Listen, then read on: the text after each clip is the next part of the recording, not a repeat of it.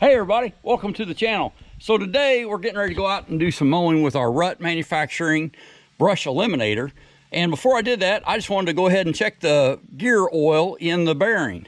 So to do that, there are these three 9/16 nuts that hold this cover on. So I'm gonna go ahead and pull that off.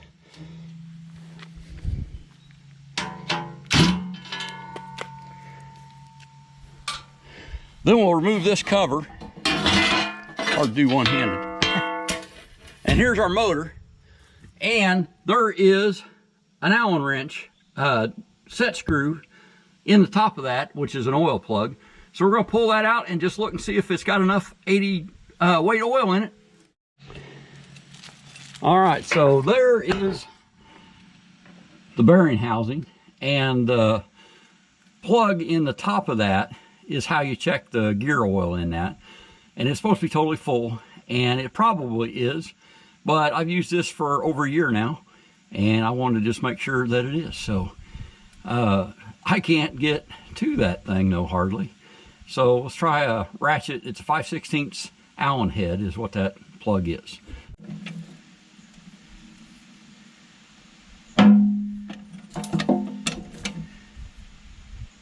There it's starting to go, I think.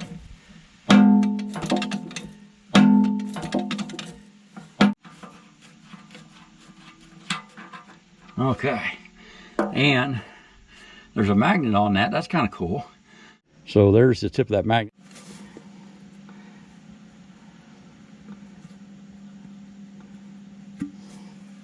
Okay, so I'm gonna go ahead and top that off because I don't feel a lot of oil in there. Now here's what I was gonna show you. So here is that same bearing housing with the front cover of the brush eliminator taken off. And if that plug was right there, this would be so much easier to get to and check. But instead, it's back there. And like I said, I didn't feel any oil when I put a finger in that, so I'm gonna get a funnel and just fill that up with gear oil. Okay, so I've got my funnel propped down in there, and I've got a little container of gear oil. So we'll see if we can fill it up. I can't see the hole to see when it overflows. Aha, and it's full, and it's overrunning. So we're gonna make a little bit of a mess, but our bearing housing is now totally full of gear oil. So we'll put the plug back in it and button this thing up. If anybody from Rut is watching, if you move that plug to the other side, it'll be a lot easier to maintain your equipment. All right, that'll do it. Okay, and this lid, just cover, just goes in so that these tabs are underneath the front and then drops down over the bolts. Okay, so the 3 bolts are in holes, and then we just put the washers and nuts on them and tighten them up.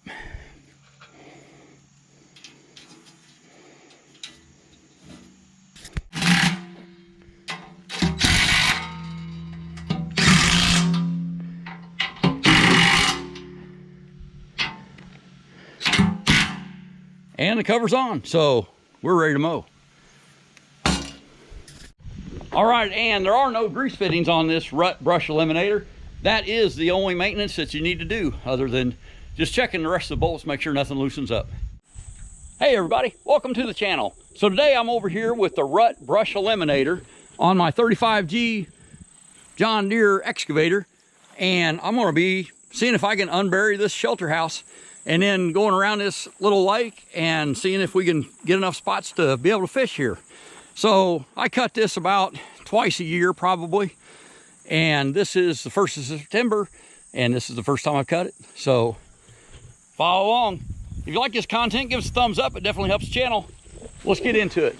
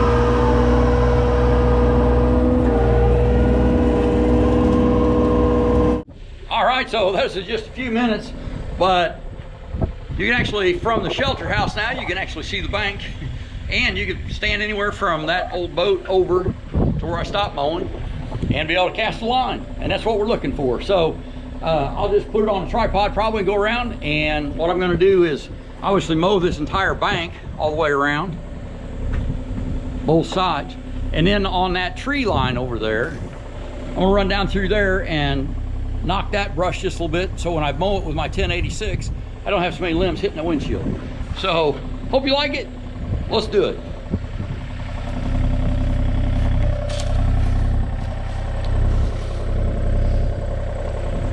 There was a tree growing right up the post of this shelter house.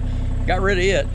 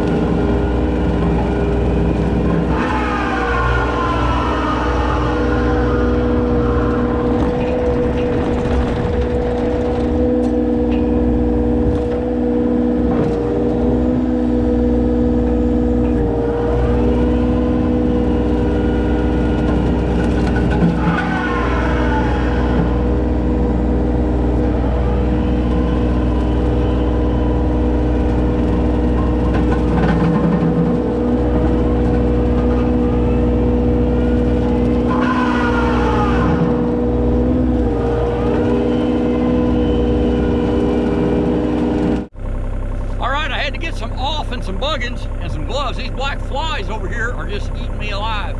But I think it looks really good so far. There's where I've been.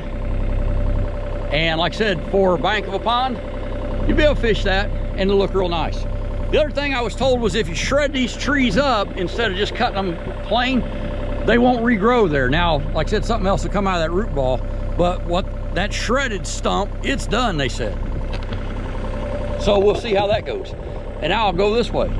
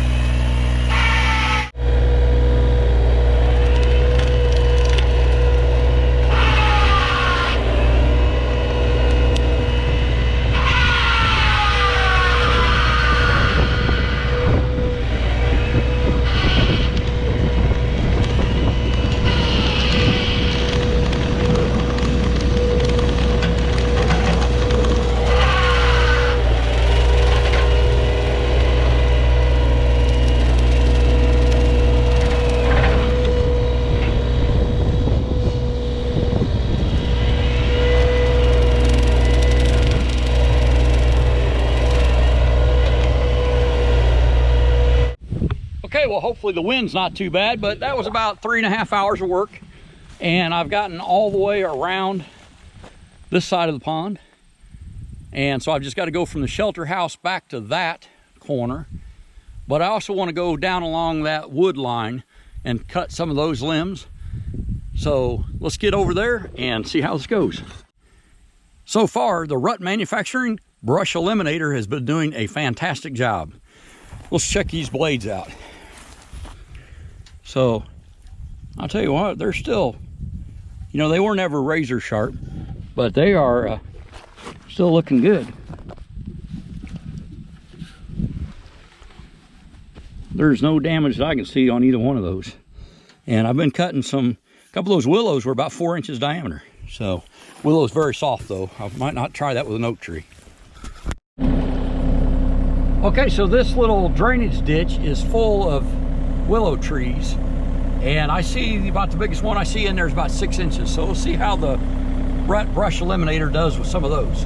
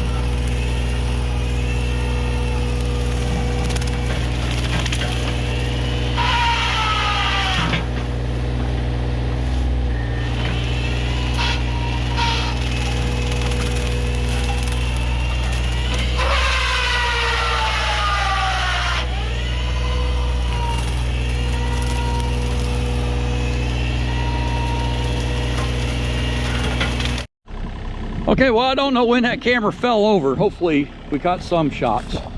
But this big willow here, that's probably more like 8. That's about 8 inches diameter tree. And it chewed it up pretty good. So I'm gonna go along down this creek bank and just slide some of this stuff out of here.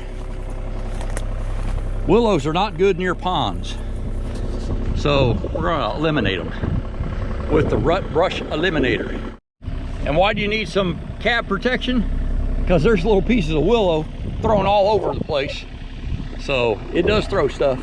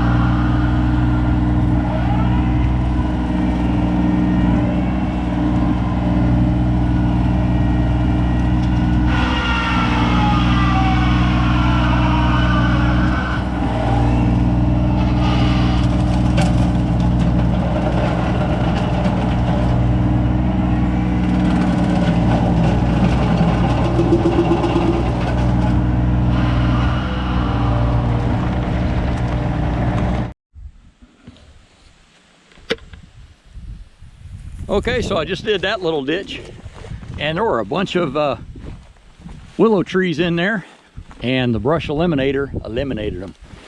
And I didn't get them all the way down to where you can run a bush hog over them, but I guarantee you they're dead.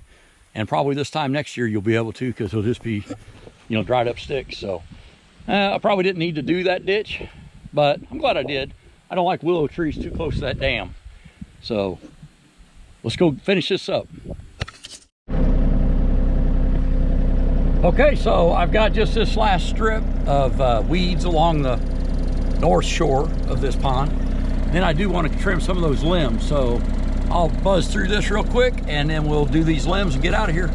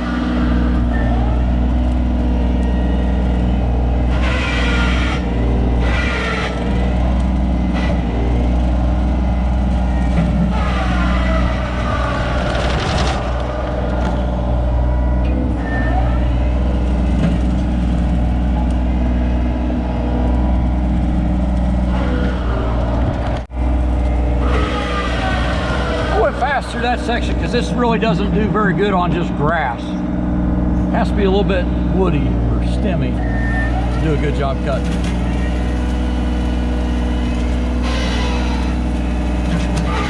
But it'll definitely chop through these little willow trees.